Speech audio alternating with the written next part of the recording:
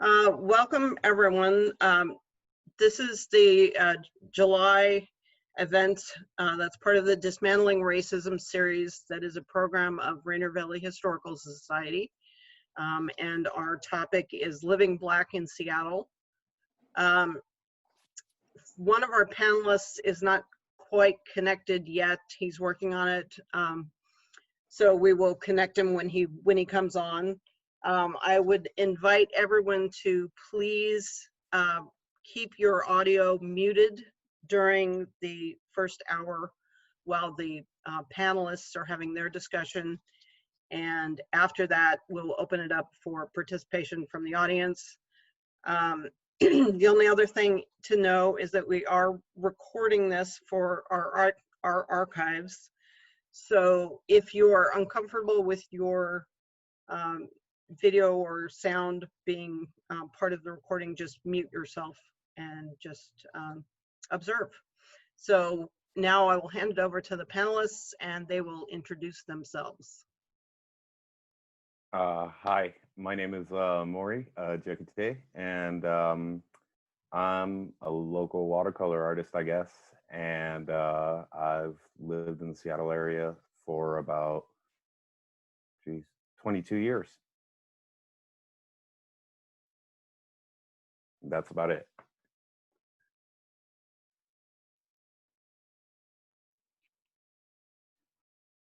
Delbert? Delbert, you're muted. Oh, sorry about that. Hello, beautiful people. My name is Delbert Richardson. I'm a community scholar, second-generation storyteller, and ethnomuseumologist. I'm the curator of the Unspoken Truths American History Travel Museum that teaches American history through an Afrocentric lens.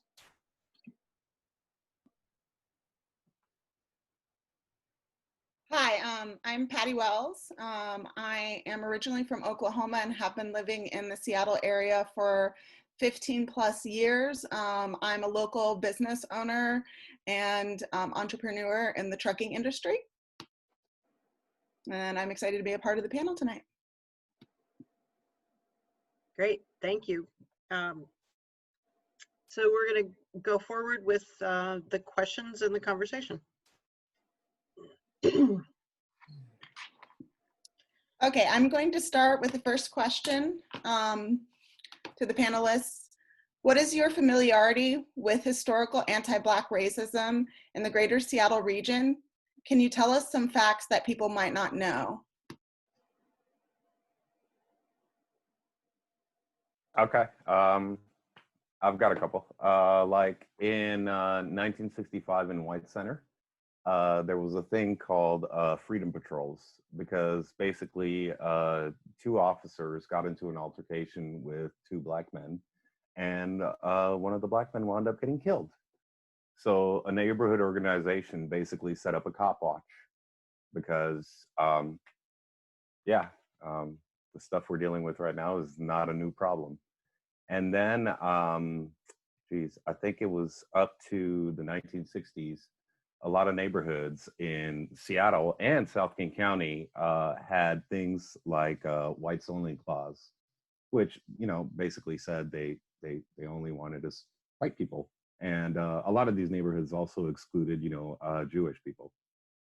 So that's a thing. And then if you want a fun little bit of just Seattle, look up Coon Chicken Inn. And you can just enjoy that. So that's my contribution. Well, thank you for that question. And let me qualify why living Black in Seattle is part of my story. I was actually been here since 1967, came in from Detroit. So I've been here for a few years. So in my museum, which is broken into 4 sections, the 3rd section is the Jim Crow era. Within that section, I have a section called State of Washington's Racist Past. And in there, I show authentic artifacts from Jim Crow in Seattle. I have an authentic Ku Klux Klan membership card with the name of the family on the back, but I also show storyboards that represent covenants in Seattle, as well as I own some artifacts from the Coon Chicken Inn. And the Coon Chicken Inn was a restaurant that was in 3 states, Utah, Oregon, and in the Kenmore area.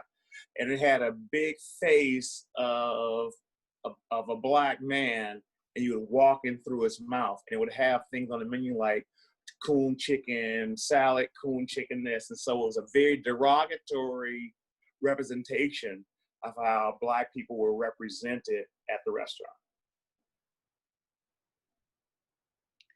Thank you. To add on, a lot of the comments that you guys mentioned are part of my own experience with anti-Black racism in Seattle. But the other that I would add in is, despite being an area that is considered progressive and liberal, there's oftentimes a lot of pushback against progress and change here, including when looking up history here myself, in the 80s, the push to name MLK here in Seattle had a lot of pushback. So that was something that, to me, you hear happening in other areas across the US, but we don't realize is happening right here within our own communities. Can I share one more point, please? Yeah. I forgot to mention, within my State of Washington Racist Past, have actual images of Klan rallies in Seattle, Cedar-Woolley, and Renton as well.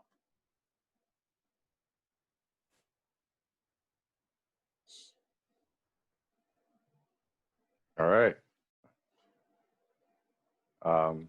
On to the next one, or? Okay. How is racism in Seattle different from other places you have lived?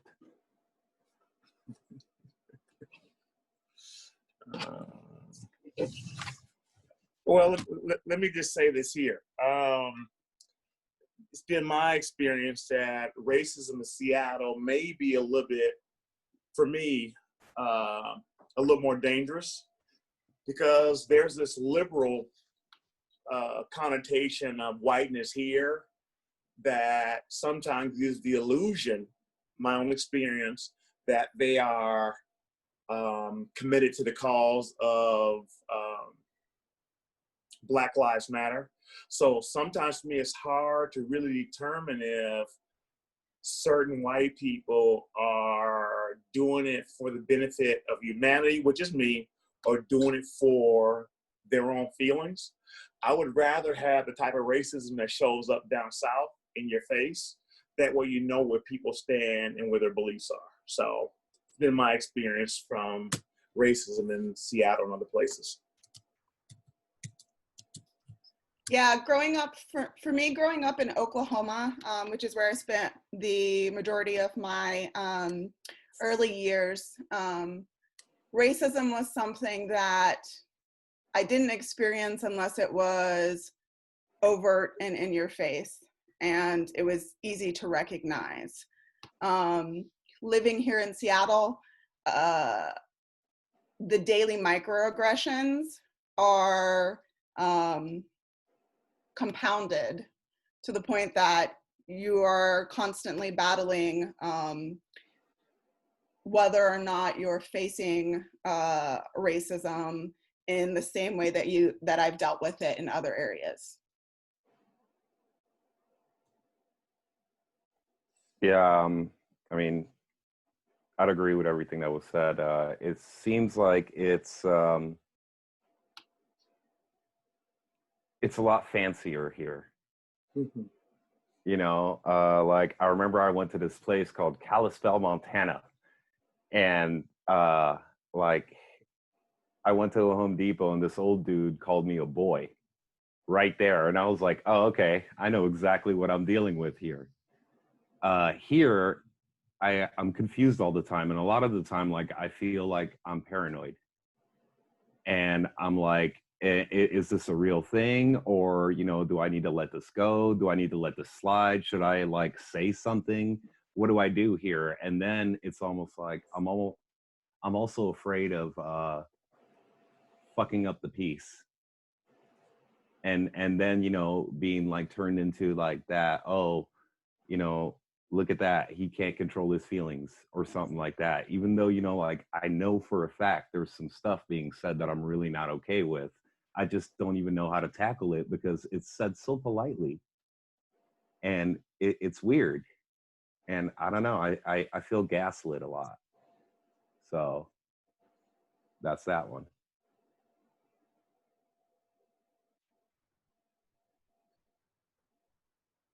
Next question. Can you give an example of tone policing? In the workplace, tone policing is the practice of dismissing or undermining what someone is saying by criticizing the way that they are saying it. This form of condescension is commonly displayed to silence the voice of people of color and mostly commonly Black women.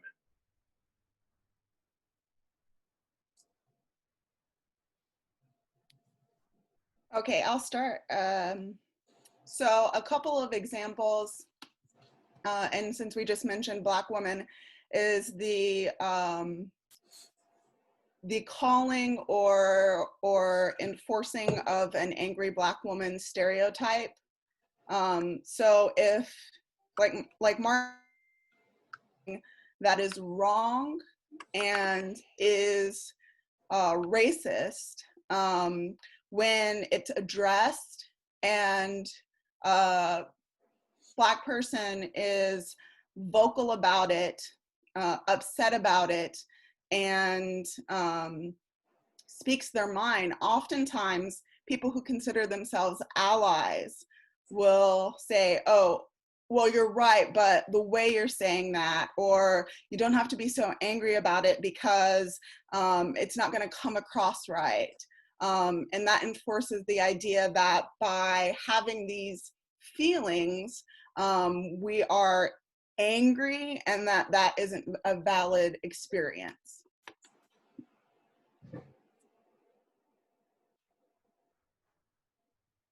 I find myself doing my own policing a lot. Depending on the situation, I've found out it's almost like I've trained myself to react appropriately so that the white people around me don't get scared and call the cops. That's and to my like great shame, I found myself like saying that to other Black people, like when things were happening, you know, and then I was like, I don't know, it felt gross. It felt really gross. It felt really gross to encourage somebody to shut their truth up because another group of people is going to be uncomfortable about it. And so, yeah, and I don't know, like, I've seen a lot of examples of it at work. I used to work at this this factory job, and there were a lot of Hispanics that worked with me, and they got a lot of it. And that was like the funnest one, you know. It was people would try to trip them up just on like having an accent and use that against them, and like that was, it was really weird to watch, like especially like here, because you don't think it's like that here. You know, all the pamphlets say it's not like that here. And I like came here from West Africa, and it took me a long time to just kind of catch on. And by the time I did, I realized I was doing a lot of my own policing. And like I still find myself doing it from time to time, and it's weird. It feels like I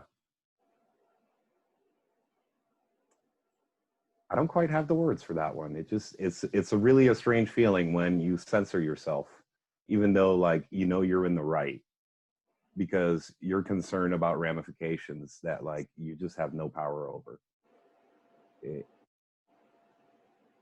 It's not a fun feeling. Well, this is common in the workplace. This is common in public settings. But let me just stick with the workplace. And I'm going to speak from a corporate lens because I've worked in corporate settings. It's not uncommon in a lot of places that I'm the only Black male. I'm one of the few Black males in terms of numbers. So in a lot of ways, we have been tokenized in terms of being hired. So we meet some criteria. We have some skill sets. So what happens as a result of being that one person, it's not uncommon for the dominant culture to want to project their control and their power on us in some fashion. You know, tone policing is one. And I think for me, when I first read this question, and you talked about Black women, from a historical standpoint, I've seen this probably be more intentional with white women to Black women or women of color. Why do I feel that way? Because I feel like that Black woman or woman of color is more of a threat in the workplace. Because in a lot of cases, in my experience, white males have this unique relationship with Black women or women of color. When I say unique, just the way they approach and the way they interact. And I've noticed in my experience that some white women are jealous or envious of those relationships. So as a result of that, they will either undermine, be critical, or be outright nasty to women of color or Black women in the workplace.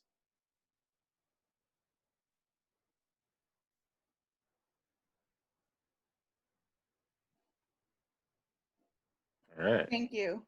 I think it's time for the next question. Can you give an example of something that most non-Black people do not understand but should?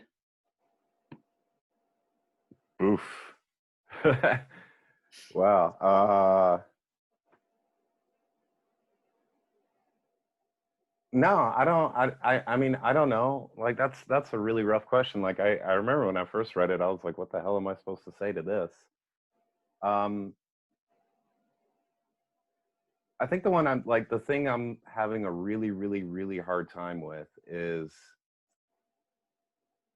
and even, you know, allies seem to do this a lot. It's like, we get painted with the same brush a lot. And I'm so like, you know, I'll look at one of my white friends and I'll be like, dude, like the guy down the street, just because he's white, you're not acting like he's your, you know, he's part of your family or something. He's just some fucking dude. So like, why am I a representative of the whole thing?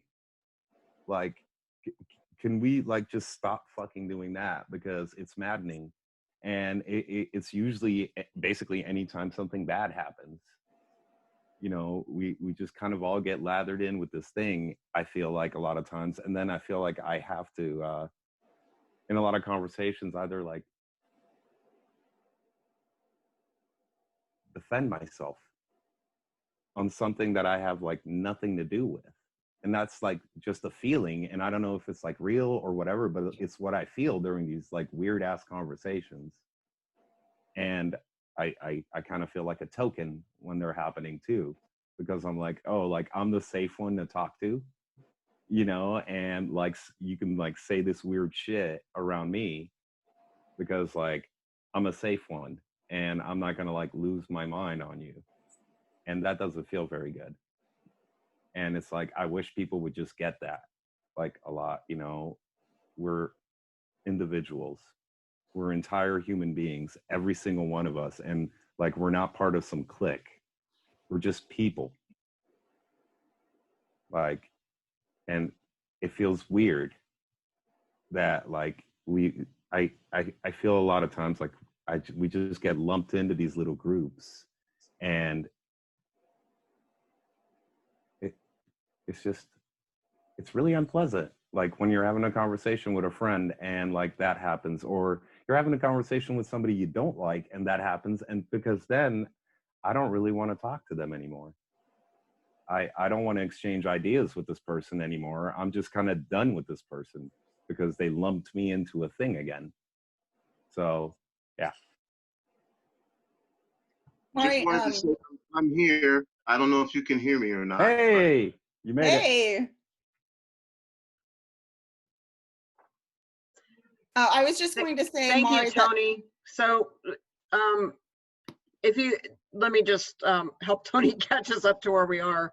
Patty just asked the question about non-Black people not understanding. So then the next question is number 5, and you can ask it. So, sorry. I just wanted to mention what Maury is talking about is actually also a form of tone policing that happens in the workplace, which is assuming that all Black people have the same experiences and can speak for everyone. So thank you for sharing that, Maury. I think it's Delbert's turn to answer that question. Maury, thank you for sharing that. And just so you know, while you were talking, I felt you, right? And, you know, I don't know how much time we got for this question, but I could talk about this for a long time based on what I know. But to make it simple, you know, I wish you say non-Blacks, I'm going to assume white people, and since we're racializing things. I wish they understood how the social construct of race was developed, who developed, and what the whole purpose of it was. You must understand it's all about power and control and white male dominance. And because of American chattel slavery, white people have inherited unearned privilege and unearned entitlement because of the color of their skin based on American chattel slavery. And that's has perpetuated through Jim Crow and to present day. And so to live in a racialized body every day and to be judged based on the color of your skin. You know, I see quite a few, I'm gonna say women or she's or hers on the screen. And so one of the things I do when I go into schools to make that connection, because a lot of times the connection to racialization is kind of difficult with young children. So I'll speak to young white girls and I'll ask the question, what are some of the stereotypes that you've heard about women? And they'll say that we can't play sports like boys. We can't, you know, we're only meant to be in the kitchen, you know, all those things. And so I asked the question, just imagine if you had to live like that every single day on top of other forms of oppression. And that really resonates for them because a lot of times they don't fully understand implicit bias. And they don't understand the fact that their belief systems have been developed for them by society.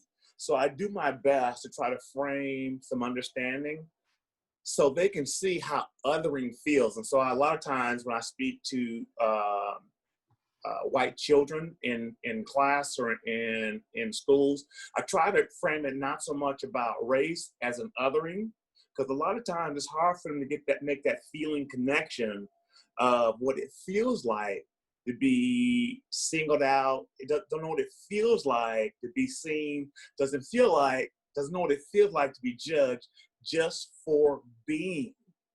And they don't even know me. And you know, it's interesting. And and I'm gonna speak to this tone policing.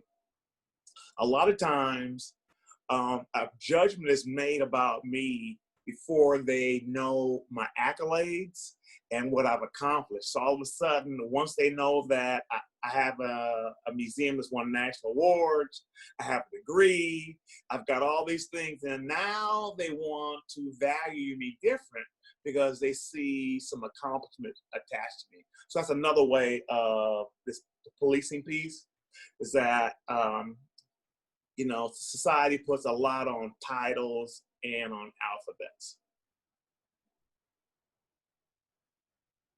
Thank you. Tony, I think it's your turn to answer this question, and I'm not sure if you caught it. It's, can you give an example of something that most non-Black people do not understand but should? Well, I'm going to assume again that you're meaning white people. And I'll just make this real simple because you said, what do I think? And I don't really give white people much of a choice, but what do I think they would understand? Is that I do not exist to comfort your white fragility.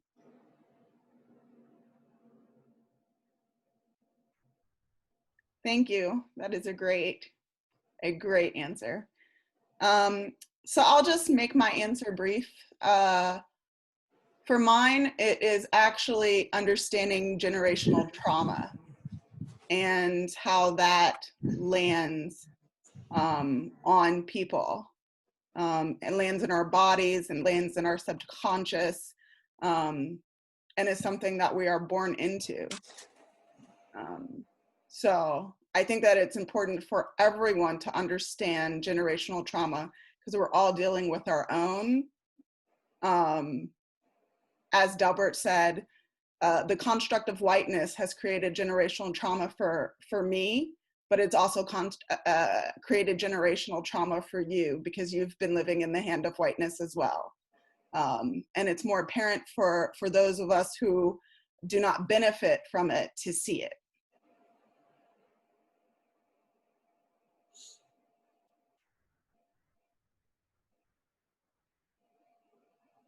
All right.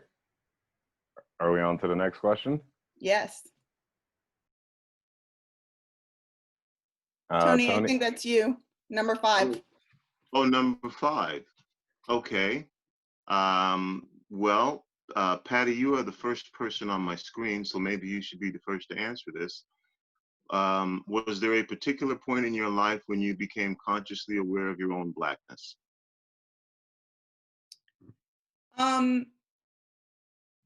I was consciously aware of my own Blackness very early because in my family, I was the first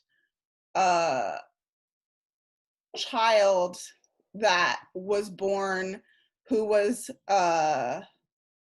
not entirely Black. And so I benefited from colorism, and I could see that colorism benefiting me early, and how that played out in my family. So I not only noticed the differences within my family of how my family members who were darker than me experienced things, but I also was aware very early on how I was treated better because of benefiting from lighter skin or different hair. So that's my response. Yeah, I would love to go next because thank you, Patty, because what I have to say really ties into that colorism piece. You know, I was born in 1954. You know anything about American history, that's the same year of Brown v. Board of Education. That's when legal segregation was outlawed. But I was born birth certificate colored. I was born birth certificate Negro. So for the most part, up until University of Washington, 1973, I had embraced how others had projected how I was to be seen. And this is important when I say projected how I was to be seen, because I had no other consciousness regarding my identity. And that's so important. And I teach this in the schools. Going to University of Washington in 1973, which is 5 years after Dr. Martin Luther King got assassinated, I started hearing other students at the college identify as Black. And I'm saying, because I had never heard this term used in terms of identity, what I grew to understand that they had made a decision that they were going to choose how they wanted to be seen. And that was that major shift of consciousness because, and I think it's important when I say college, because one of the things that happens in my experience in public schools, they do a real good job of perpetuating systemic racism. Because a lot of times, Black, Indigenous, and children of color never, ever, ever get exposed to a choice or an opportunity to embrace their culture. So that was a defining moment for me at University of Washington, that I could choose how to identify. And I now incorporate that in my teaching in the classrooms. I make it sure that the students understand that they're in a society, I'm talking primarily to the Black, Indigenous, and children of color. You're in a society that will do their best to put you in a box. You may not have any control over that, but you do have some control how you want to be seen, and that's so critically important. I believe it would be, it just says M, but I heard Patty say Maurice, so I Maury. believe it's Maury. Maury. Yeah. Okay. All right, Maury. Well, I'm gonna try and through Zoom ask this question like I'm talking to you personally. Was there a particular point in your life when you became consciously aware of your own Blackness? I moved to the States when I was 14 from West Africa. My mother is white and my father was Black. And, you know, it wasn't a thing over there. Like there was like tribal stuff, you know, just like, you know, our family hates this family for, you know, we've hated each other for like 80 years over something. Nobody can even remember what. There's that. But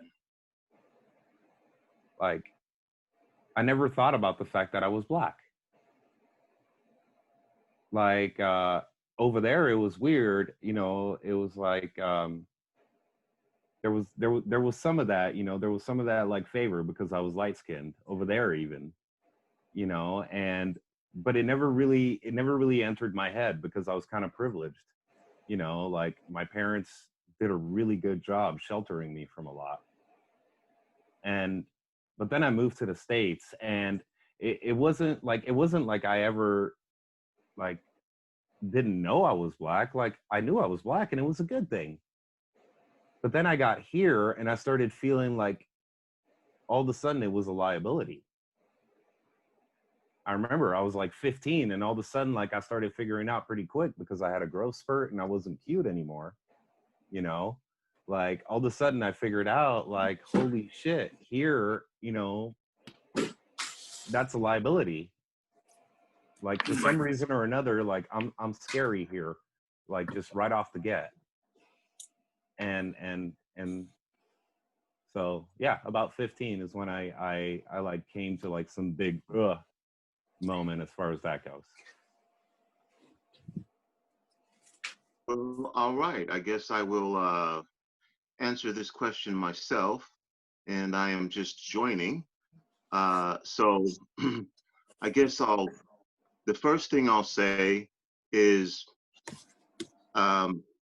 I don't think it's a good question, but if it's what white people want to know, I'll answer it. Which is again why I said I don't concern myself with comforting white fragility. But if the question is, when did your life become consciously aware of your own Blackness? Obviously, there are lots of different experiences, but for me, it's from the very beginning. I mean, that's an easy question to answer.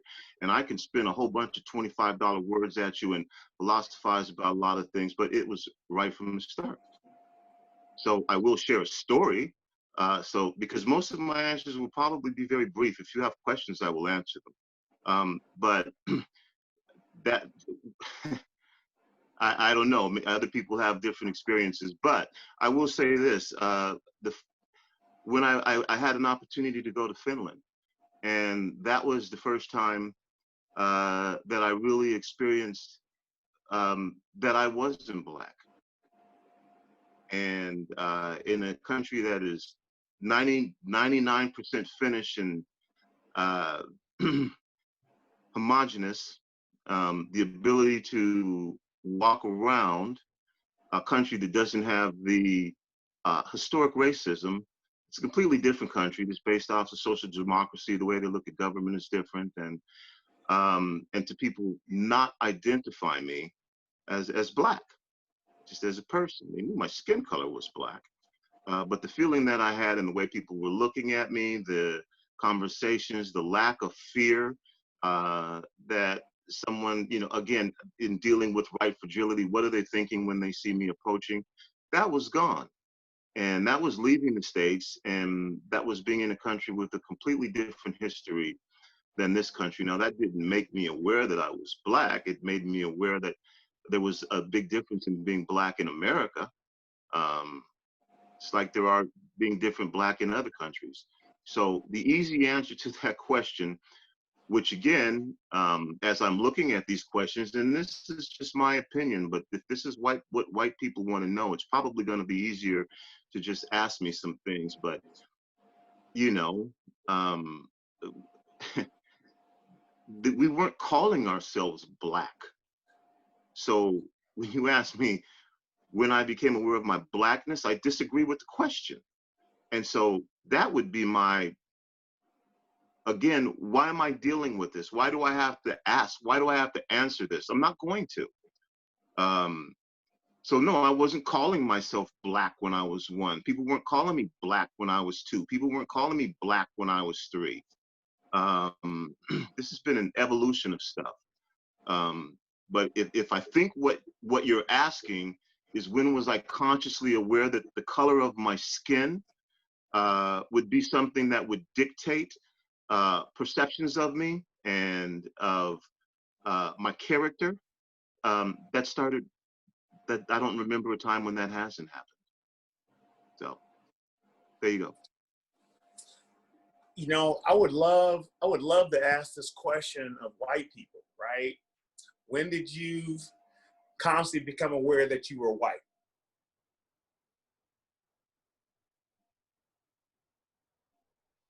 I thought I'd throw that in there.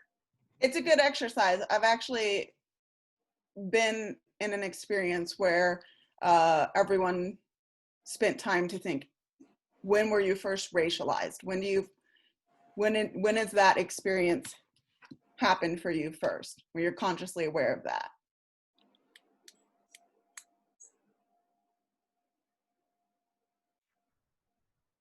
All right.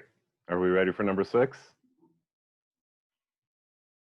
Can you talk a little about the persistent race-related inequity related to generational wealth? Yeah, let me answer that. Gentrification, next. I'll answer it in this because we often talk about generational wealth as in actual wealth, and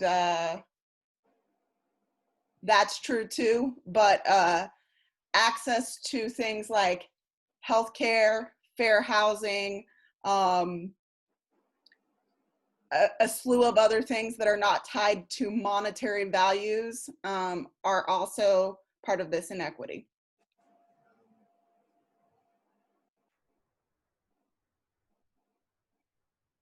Next. Oh. Maury, did you ask that question? Does that make I me did. next? So that puts you next. All right. The easy answer is it impacts and affects everything.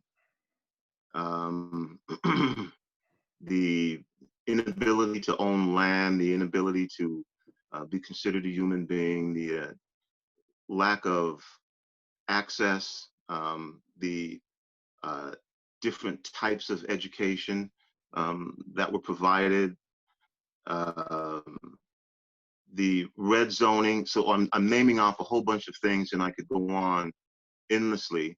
But if there is some confusion about, you know, and I've heard this explained in very simple terms, when, as an example, if you were in the Central District and the only place that you could buy housing was in the Central District, or if you were in Seattle, then clearly you were at a disadvantage. If you, even if you take a look back into internment of Japanese people who lost property, who were here earlier, you know, in the city, and were in Bellevue and on main tracts of property in Bellevue, who when they were interred lost their property. And then you see what Bellevue has become. So that acquisition of land, you know, does a lot of things. There are a lot of other problems with it, but that inability to own land, to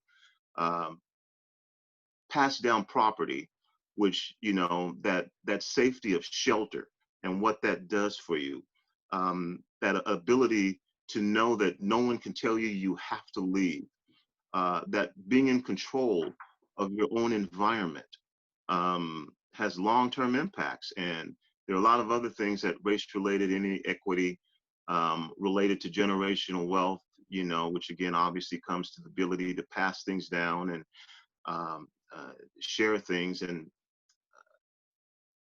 again, if that doesn't make sense, then, you know, the easiest way to say it, which is very simple, is if you give someone a head start and then they get 100 yards on you and the race is to 110 yards, and you say, okay, now both of you go at about the same place, except the one that behind you still get to go slower, you'll never win. You won't compete. You, as Black people say, we have to work twice as hard.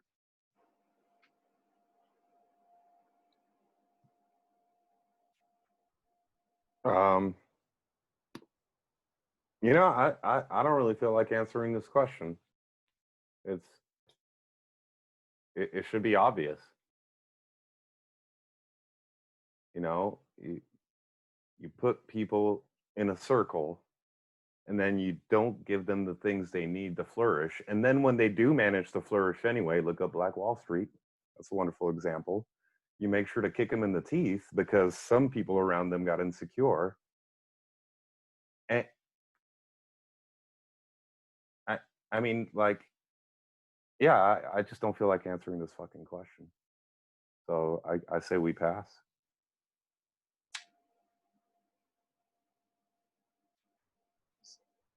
Delbert's turn.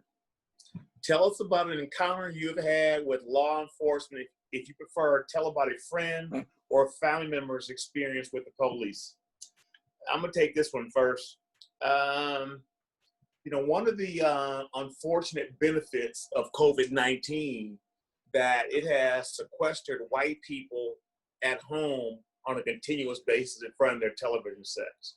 As a result of that, they have witnessed the senseless brutality of white people on Black bodies on TV. And so I'm gonna give you 5 examples of that question. Ahmaud Arbery, Breonna Taylor, Rashad Brooks, Manuel Lewis, and George Floyd. They are me, and I am them.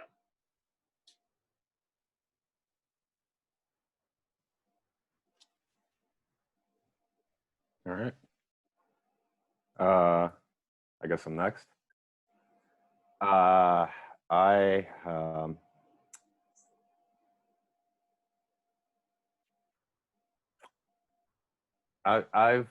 had a few encounters with law enforcement, and I've had some really, really bad encounters with law enforcement as well. And but I want to tell you about one that I had recently, an encounter with law enforcement, because this was the saddest part for me. Like this, I've had some really messed up interactions, but a few weeks ago, maybe a month ago, God, I was walking to the store and my neighbor's dog startled me, and I stopped to say hello to it, and I accidentally dropped a $10 bill out of my pocket, and I didn't even think about it. And at the same time, I saw a sheriff's car pull up, and I thought, oh shit. Even though I'm walking in my neighborhood, I'm not doing anything wrong. I'm hanging out with my neighbor and his dog. But I immediately thought, oh shit. So I chatted up with my neighbor for a little bit, and then I moved on, and I was headed to the store, and then I hear, you know, the whoop whoop, and I think, oh shit. So I immediately call a friend of mine and I say, hey, I'm being hassled by cops, so you should listen. And long story short, these cops are just trying to return my money to me, but like they were asking weird questions and smiling big, not realizing they looked like sharks to me, you know, and you know, and being super friendly but awkwardly, because you know they scare the shit out of me. And to where like I finally had to tell them, man, like I don't know what's going on, but with everything happening right now, you're scaring the fuck out of me. So like, can I go or what do you want? And then they showed me the money I dropped. And I like, for a moment, you know, like I realized how crestfallen they looked and I felt bad for them as other human beings. And then I was like, what the fuck? I shouldn't feel bad for you. You pulled up on me in a residential neighborhood, you bleeped me, even though I wasn't committing any sort of crimes. You could have just pulled up on me like a human being and said, hey man, I saw you drop 10 bucks. And why the fuck were you watching me so hard? Like, so that's my, you know, that's my interaction with the police story. It's like, you know, I'm afraid of them. That's the truth, you know, like they have weapons and they have power over me. Like if I'm alone and they catch me, they could do some shit. And they've proven that. So yeah, that's, you know, my most pleasant interaction with the police story I have.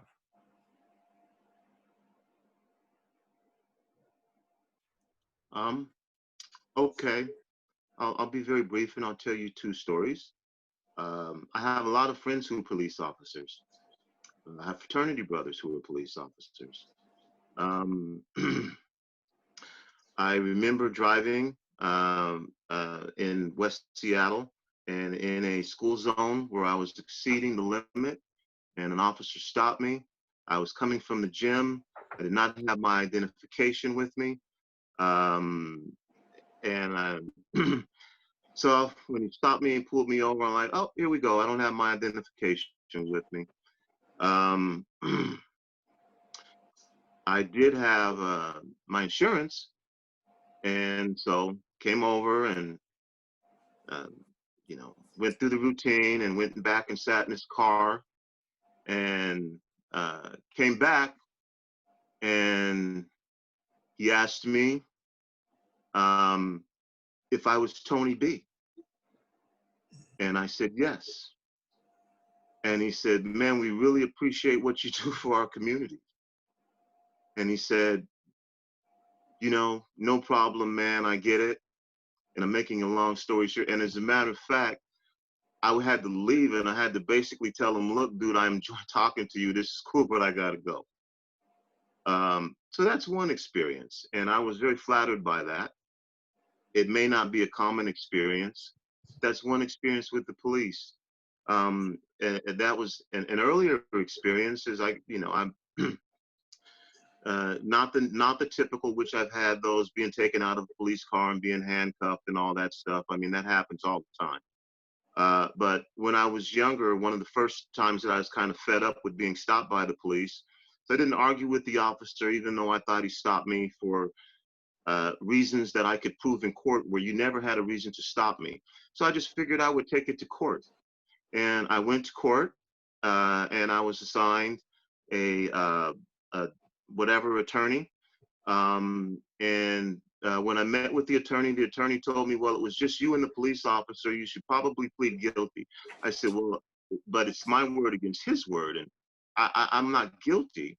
And she says, yes, but your word against the police officer, they're probably gonna believe the police officer. I said, well, what if we take it to a jury? She said, that adds another expense. That will make people unhappy. And there's gonna be more weight given to the police officer. I said, okay. Do I get a chance? Can I have the opportunity to say something to the judge? She said, sure. So we went and finally the court date came and went through this routine. I'm in there with 90 billion other people and they're all going through the same routine. And then it's my turn. And I think this whole thing has been a scam. And so my defense attorney says something and the prosecutor agrees, and they pretty much have, you know, decided my fate. And I reminded the defense attorney that I asked if I could speak, and she asked the judge, and the judge looked down, not paying much attention.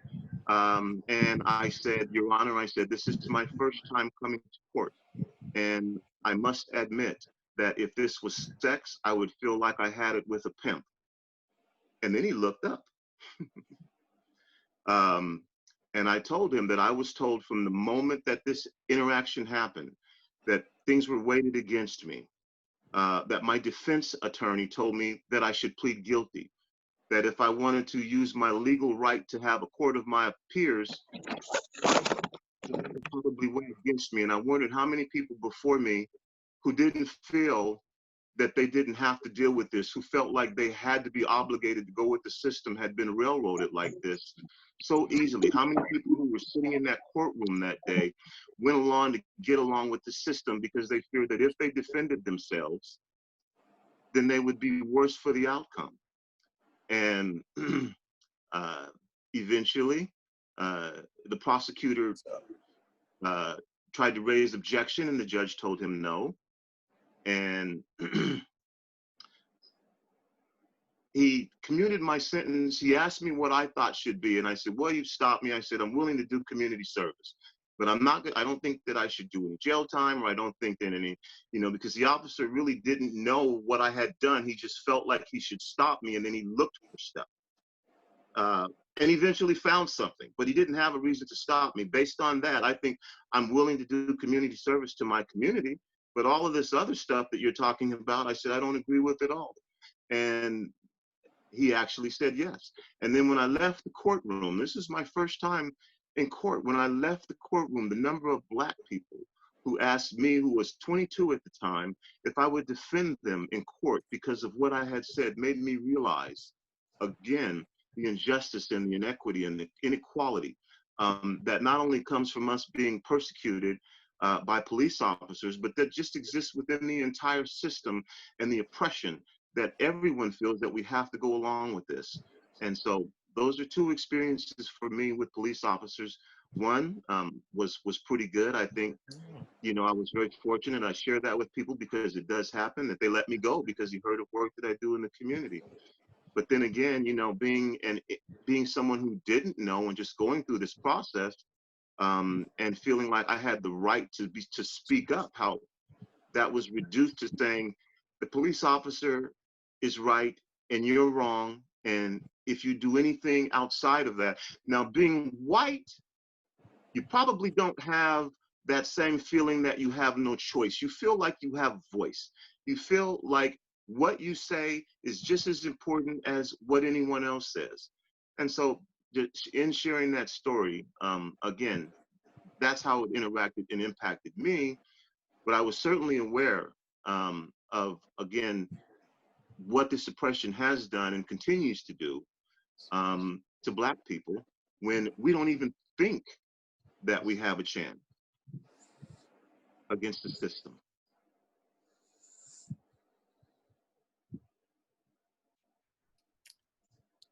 I think it's my turn to answer that question.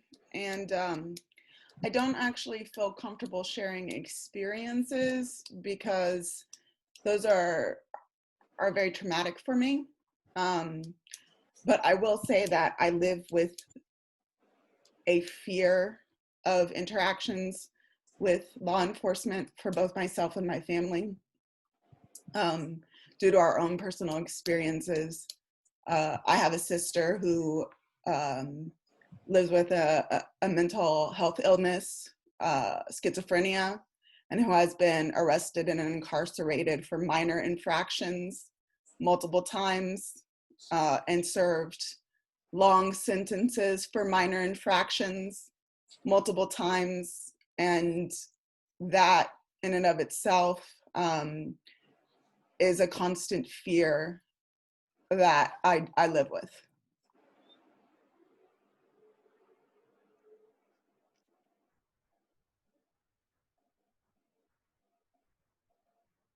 All right. Okay. It's my turn to ask the next question.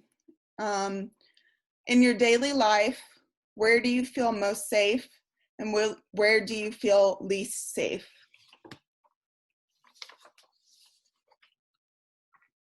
Oof. All right, I'll go first. Most safe at home, I guess. You know, in my space. But even there, you know, it's been proven that they can just come in and shoot you. So, but least safe in the suburbs.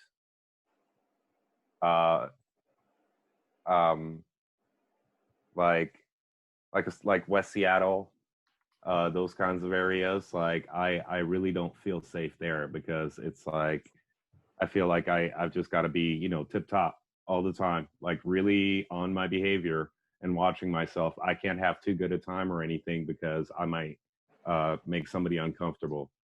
And then, you know, then the men with sticks come. So yeah, like I don't know, like I feel safe at home. And you know, like there's certain little areas that are mine and I know them and I can be there and I feel safe. But like I don't like being in a nice neighborhood. You know, I used to be in a country club and they called the cops on me at least once a year for using the tennis court. You know, I guess my backhand was intimidating or something. Like so I don't know. That's a really hard question. So I'll just pass that on now. Well, I'll answer. This is really easy. Safe at home, unsafe, unsafe.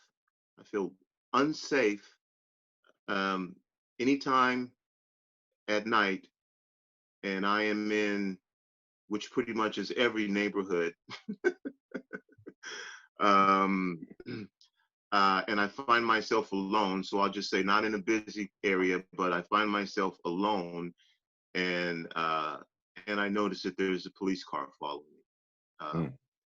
That feels really, really, really unsafe. I don't feel like, again, at least if there are other people in the area, I have the confidence that I can stand up for myself.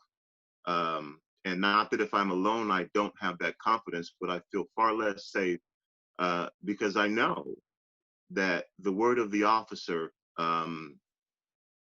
against me at that point, I'm pretty much at their mercy. And so that feels really unsafe.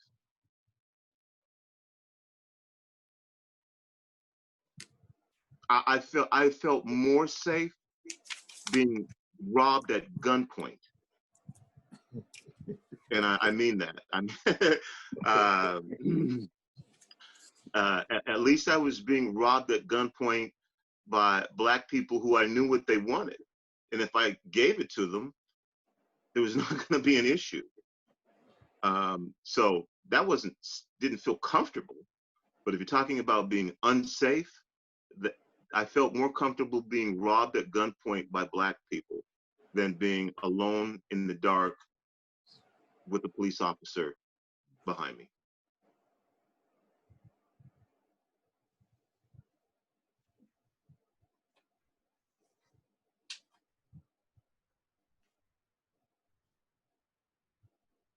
Who's next? Delbert, I think it's your turn.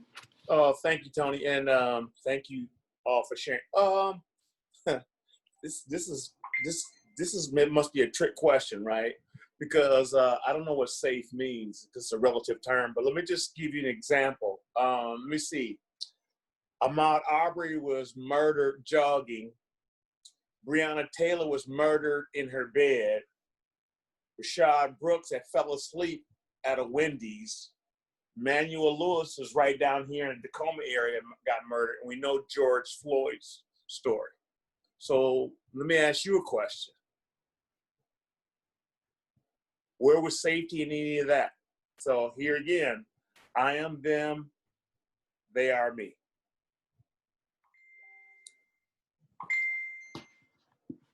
Thank you. I would just echo the responses from the other panelists. I probably feel most safe at home, but again, safety is relative. And then I would say that as far as unsafe goes, I have found for myself that there is an unease in white spaces in which there are no people of color or Black people, that I have felt unsafe. So it's not always the case, but it is prevalent.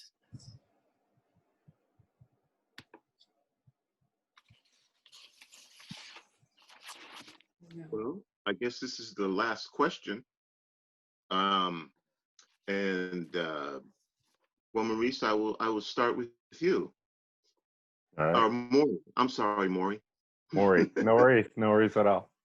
Maury, do you have the confidence that the current anti-racist uprising will be able to push governments and society in general towards greater racial justice? I mean,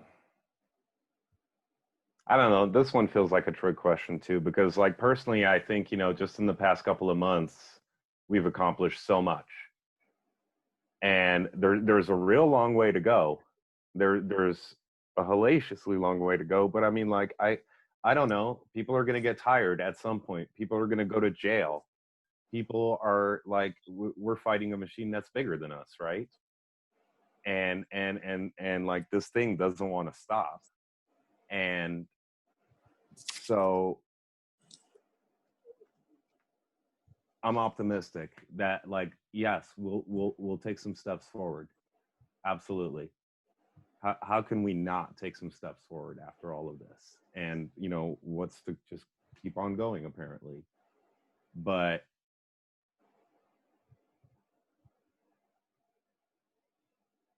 I don't know, like, hopefully, you know, we take some steps forwards and we don't immediately take them back, you know, after a generation or something, because that's been a thing, you know. But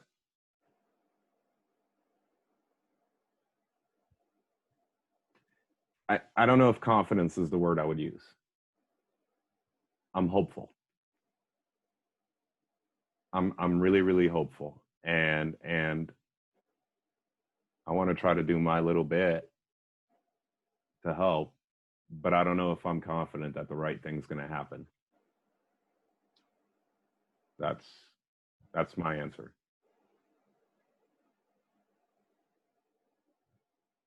Delbert, do you have confidence that the current No. anti-racist? No, hell no. Okay. So let me make it real clear. You know, as you get older, your filters get less. And so at my young age of 65, I've had quite a few life experiences. I'm just going to say this. I have major issues, trust issues with white people, right? And I say white people as a culture, as a race. Now, if that lands, and I do this, and I say this in my workshops, if that lands on you personally, let's talk about that, please. I'm not saying I have trust issue with every white person. I have trust issue with white people as a culture and as a race, because I know a lot about what they've done, how they show up, and what they're capable of doing. So I'm speaking through a lens of knowing. So what I am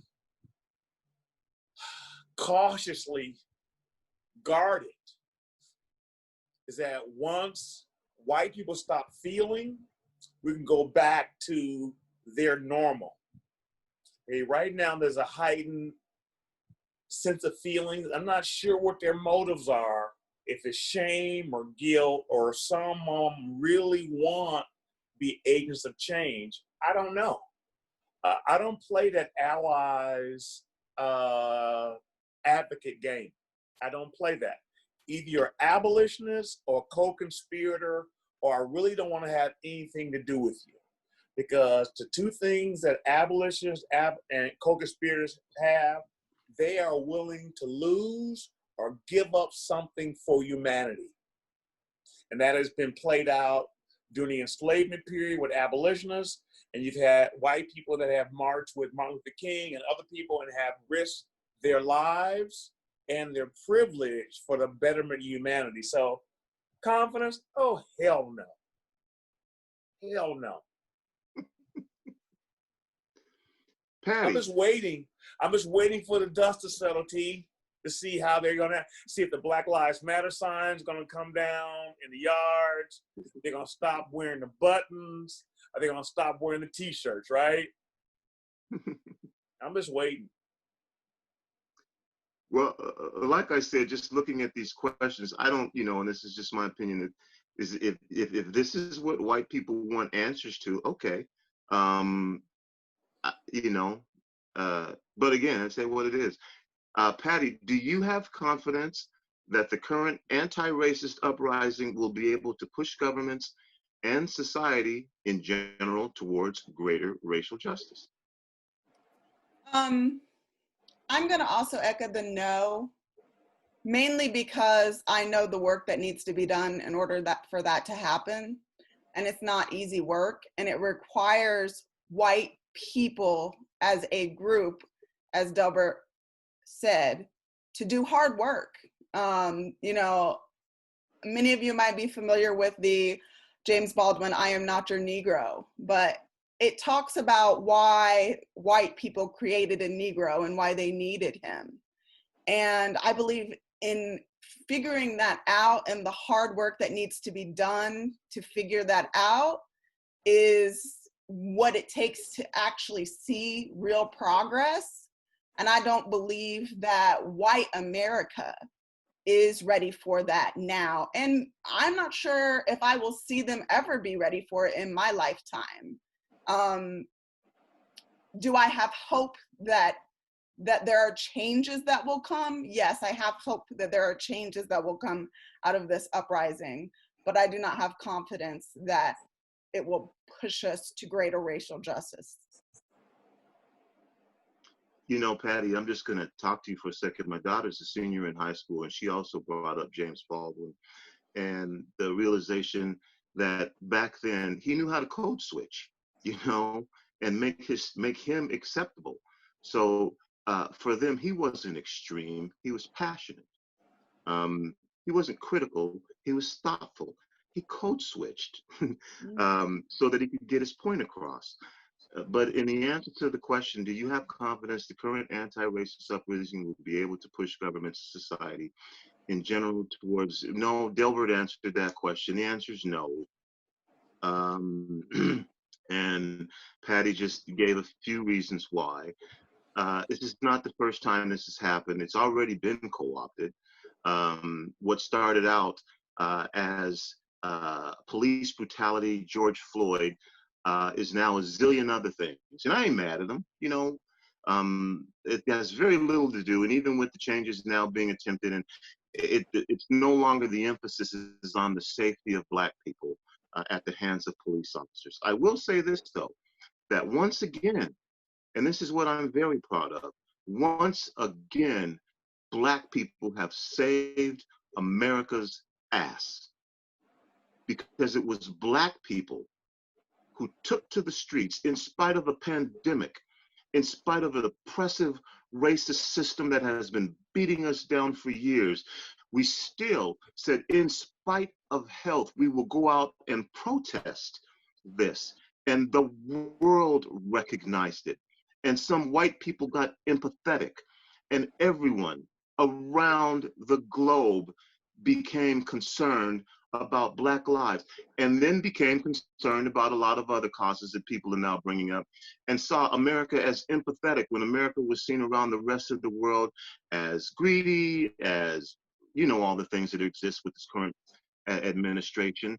But the rest of the world was able to once again feel and be proud of what America had done. And once again, that was Black people who brought this out during this time when there's conflict, civil unrest. Black people made America seem like it cared. So I'm very proud. In answer to the question, do I think that governments and society in general? No, but it lets me know, and in particular with the young group of Black folks now, who again see that despite the circumstances, and they will over time figure out that this ain't the first time that something like this has happened. But despite that, having the courage, having the conviction to do what you think is the right thing can shine nobly through. There are several times when it doesn't. There are several times when it doesn't end up that way, which is most of the time. But in this particular instance, this tragedy, which again happens all the time, was used, and Black people were the ones who galvanized this country to take a look at how this country was treating other people. Even if they were saying all lives matter, it was still Black people who stood up. And as we have conversations like this, dismantling racism, and again, I'm not here to comfort your white fragility. But recognize the value as you say, well, what are we going to do? How's it going to work out? What government's going to do? Acknowledge that once again, Black people have put an image on America as being something that American can be proud of. And so I'm very proud of that. And I'm proud of our younger generation, again, for taking that. And where it goes from here, you know, that makes me feel good. Confidence, absolutely not. And Maury was right. We're fighting a system that has been in place for a long time. If the needle can be moved just a little bit, then we're talking about generational, not overnight, not next month, not next year. We're talking something generational, maybe. But kudos to Black people for doing that, for showing the world what courage is in the time of need.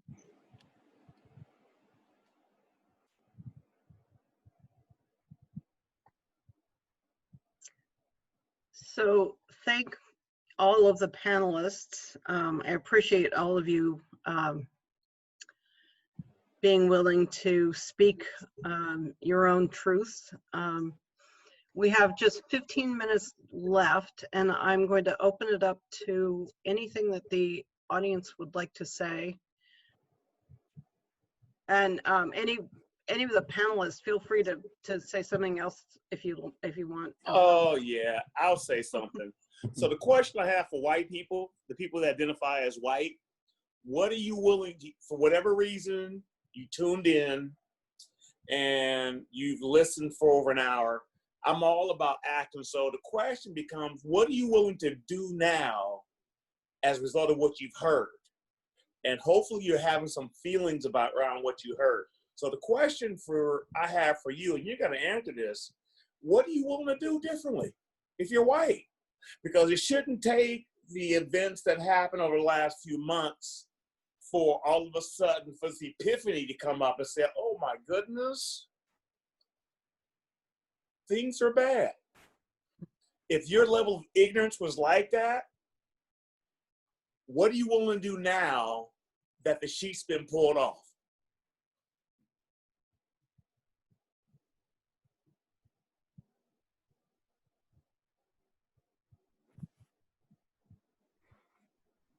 Silent audience.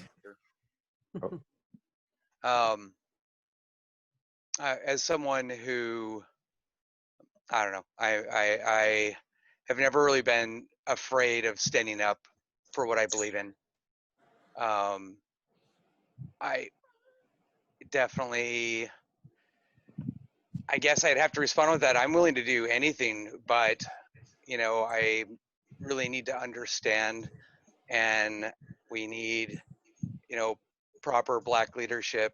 I'm not saying there isn't, you know, telling us what would be helpful, right? Because I can run around all day long and do whatever I think might help, but you know, in this day and age where we're being more and more educated about our privilege, it's hard for me to get a handle on what would actually be helpful and not harmful. So that's why I tuned in. I appreciate your remark, and I will say this, and I said it at the beginning of the show. You said, "What can I do to help?" I do not exist to comfort your white fragility. Right. Figure it out. Well, and that's what I am here for. And when I say that, think about, I don't get to ask that question to you. I don't get to ask you, how do I deal with systemic oppression? And I get what you're saying right now, and I get that you're just asking for help. And I get that you're saying, but this is something that we have to deal with. And there are a ton of people out there who I'm sure will give you lots of things that you can do. You can donate money, you can volunteer, you can take there are a ton of things out there that you can do. You can just get on the internet and see. But again, when you say that, you take the pressure off of you and you say, help me, tell me what to do. When you can clearly see there are some things that you can do. I know for a fact that there are a number of things that you can think of to do, and they can be very small. It could be being nice to someone. It could be saying hello to someone. It could be, how is your day? But if you're not willing to put the thought into it, if you're not willing to put energy and effort into it, because it doesn't have to be major. No, so that's what I'm saying, and that's why I'm reinforcing this, because I don't think any Black people should have to exist to comfort white people in their need to feel as though they can be of assistance. No, and I'm not asking for comfort, and obviously you don't know me very well. I'm here to understand and to use my own brain and do my thinking for me.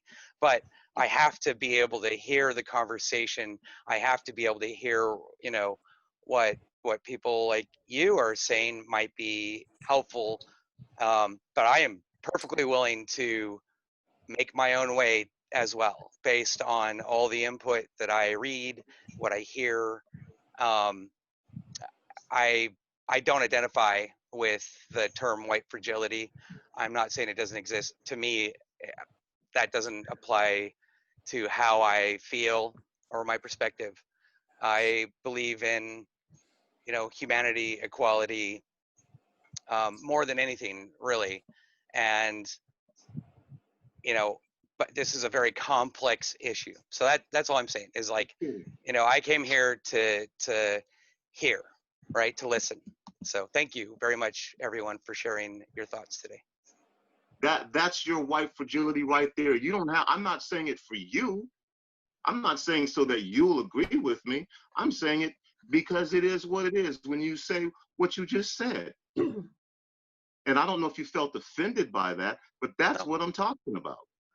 No, I just saying I don't think that my motives match, but hey, I could be wrong. I will certainly consider it. It doesn't offend me. Thank you very much for considering it. I would just also like to comment here that choosing to be an ally is work. And when I'm an ally to communities that I am not a part of, I don't ask them to do that work for me. And I'm an ally to multiple communities that I am not a part of. And I may talk to them and have conversations with them, but I don't ask them to figure out how I can be a better ally to them. Absolutely. And that's what I'm asking, not what can I do, but how can I make sure that I'm being a good ally? And, that's it. And I mean, I kind of want to chime in on this one, okay? Because like on the daily, that's one thing, right? But like this is a panel, right? We are here to have these conversations, right? So we should be able to like ask these questions, and I mean, it's not my job. It's not any of our jobs to answer these questions, but like, I would like to have the ability to ask uncomfortable questions that like I want answers to. And you know, so I don't know. I think that one's fair. Like it's a fair question to ask to a panel. Okay, I'm not saying like, you know, go around in your daily life and just ask every, you know, person, like, but like it seems like this is the place to do that. And because, you know, a lot of times I don't know what to do, and sometimes like necessity just tells me like, well, this is the next thing you got to fucking do. You know, it's obvious for you, but I want conversations, I guess is what I'm saying. And like something I've just learned over like the past month, like especially just on a really personal level for me, was, you know, like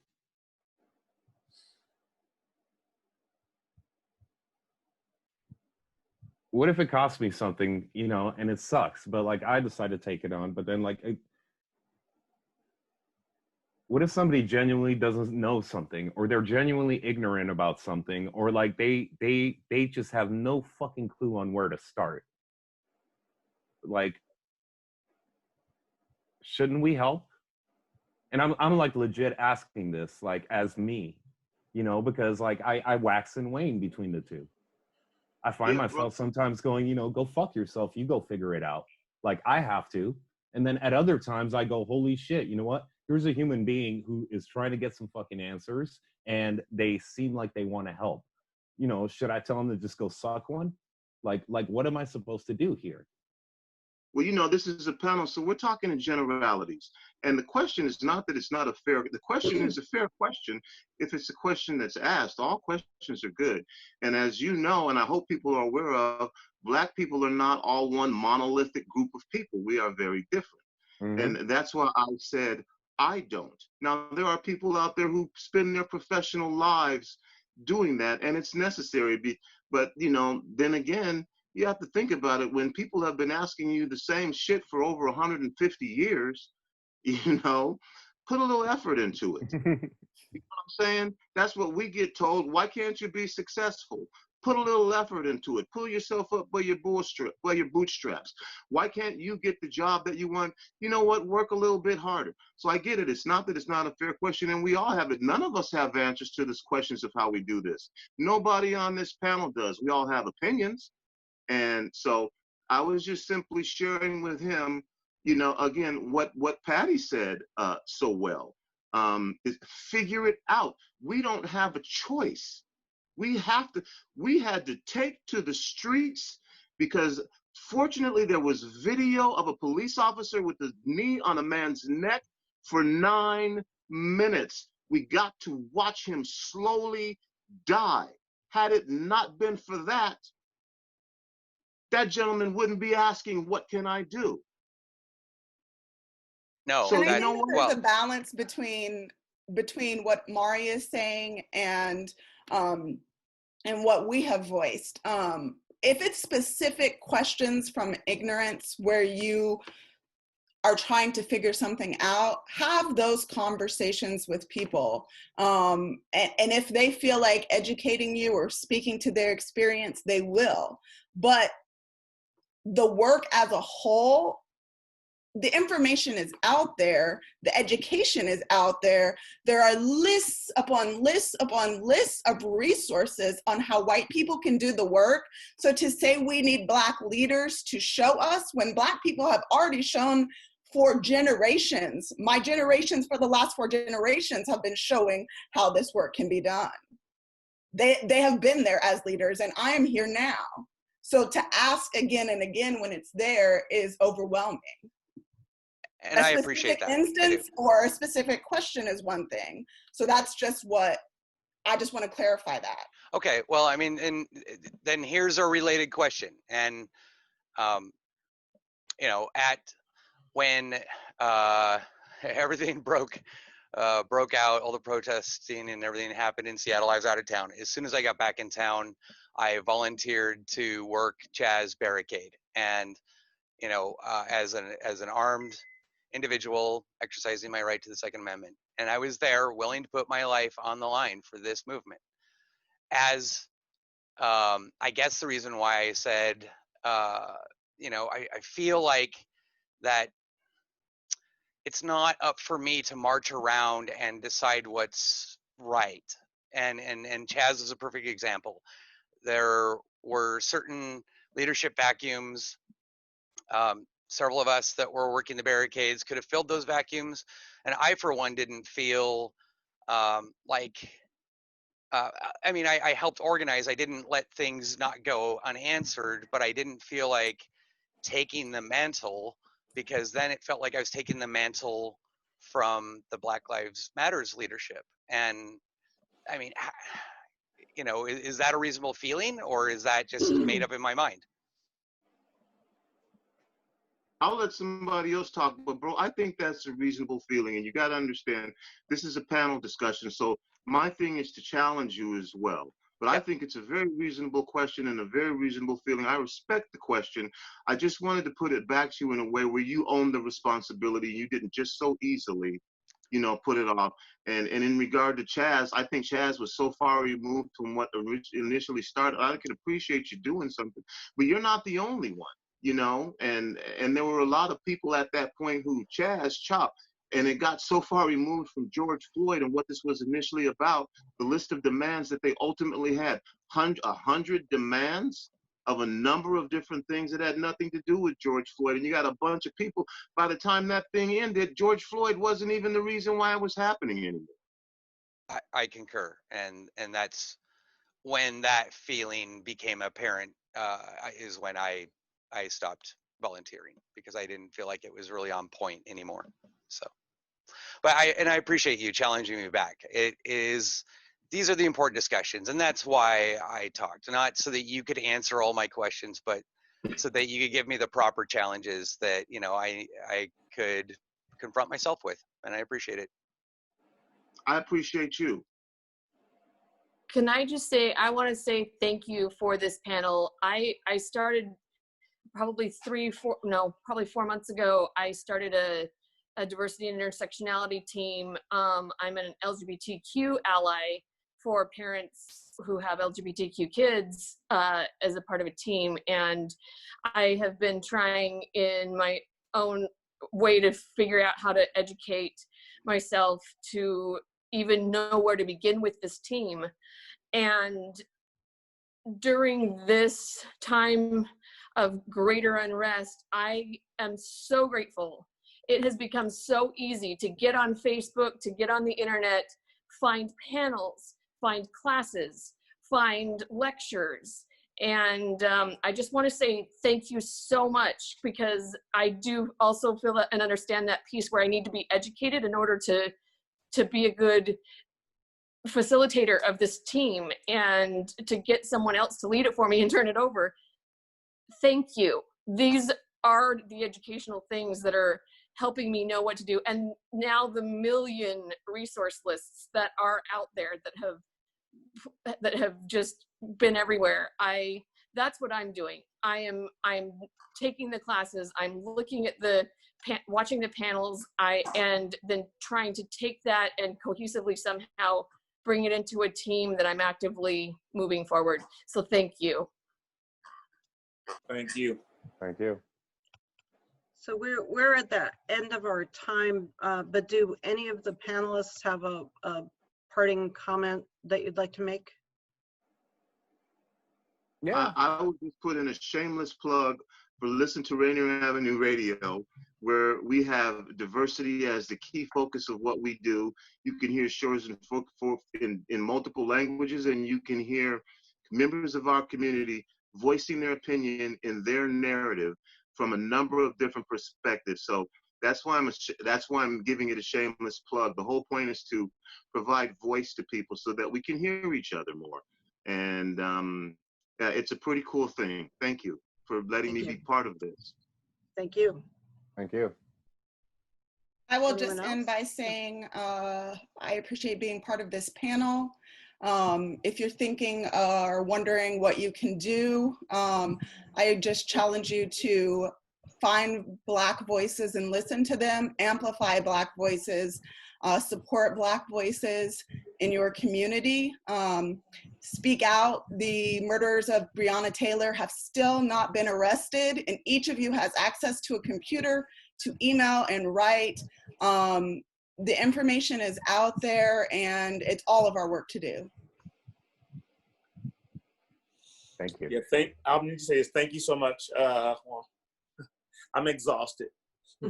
This work exhausts me, but I've been committed to doing my part because I stand on the shoulder of my ancestors. I'm just here again. I'm just going to challenge white people once again. Use your privilege for the benefit of others. All right. Thank right. you, everyone. Okay, I got Sorry, one. Maury. Everything is really fucking complicated. Like, there's the simple stuff, and then everything else is really, really complicated. So if we could all just take a little extra time and be a little extra thoughtful, you know, like, and I'm saying this to, you know, allies here. Like, we got to think about this shit all the time, and it's really complicated.